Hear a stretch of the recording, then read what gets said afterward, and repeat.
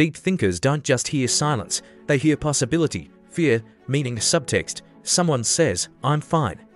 And suddenly their brain becomes a full FBI investigation mixed with emotional archaeology. Their tone shifted 3%, that period at the end of the text felt aggressive. Are they okay? Are we okay? For some people, life simply happens, but for deep thinkers, life echoes. Everything means something, and sometimes that gift feels suspiciously close to a curse. First of all, being a deep thinker does not mean you're automatically smarter.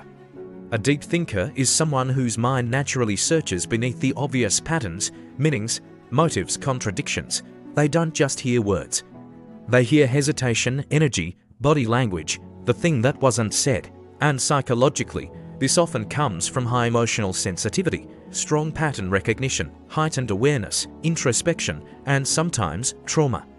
Deep thinkers tend to mentally replay experiences, not because they enjoy suffering, but because their brain is trying to understand, control, predict, protect.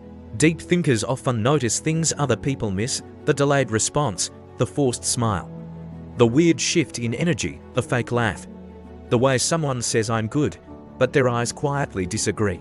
Psychology calls this pattern recognition. Your brain constantly gathers emotional information, like emotional Wi-Fi, except yours accidentally upgraded to premium. You notice inconsistencies, and sometimes your brain becomes emotionally unemployed. Deep thinkers aren't dramatic, they're perceptive. They feel deeply because they observe deeply. And because they notice more, they often become incredibly empathetic. You know that friend who somehow notices when your smile feels fake. The one who says, "Are you actually okay?" Yeah, probably a deep thinker.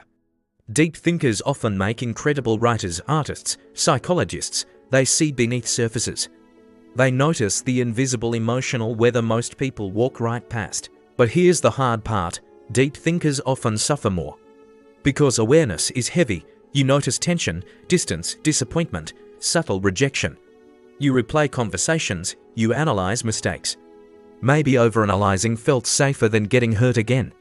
And suddenly, your brain stops resting. It starts preparing, monitoring, scanning. Deep thinking becomes suffering when reflection turns into rumination. Awareness without peace becomes exhaustion. Deep thinkers don't need to think less. They need somewhere safe to place their thoughts. People who communicate clearly, relationships without mind games, moments of quiet, meaning, stillness, and sometimes permission to stop carrying everyone emotionally. You are not responsible for decoding every weird text message.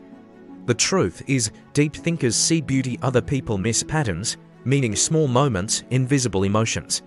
But the same mind that notices beauty also notices pain. So if your mind feels loud, maybe your depth was never the problem. Maybe you were just trying to survive with a mind that feels everything. And maybe that same mind is also your gift.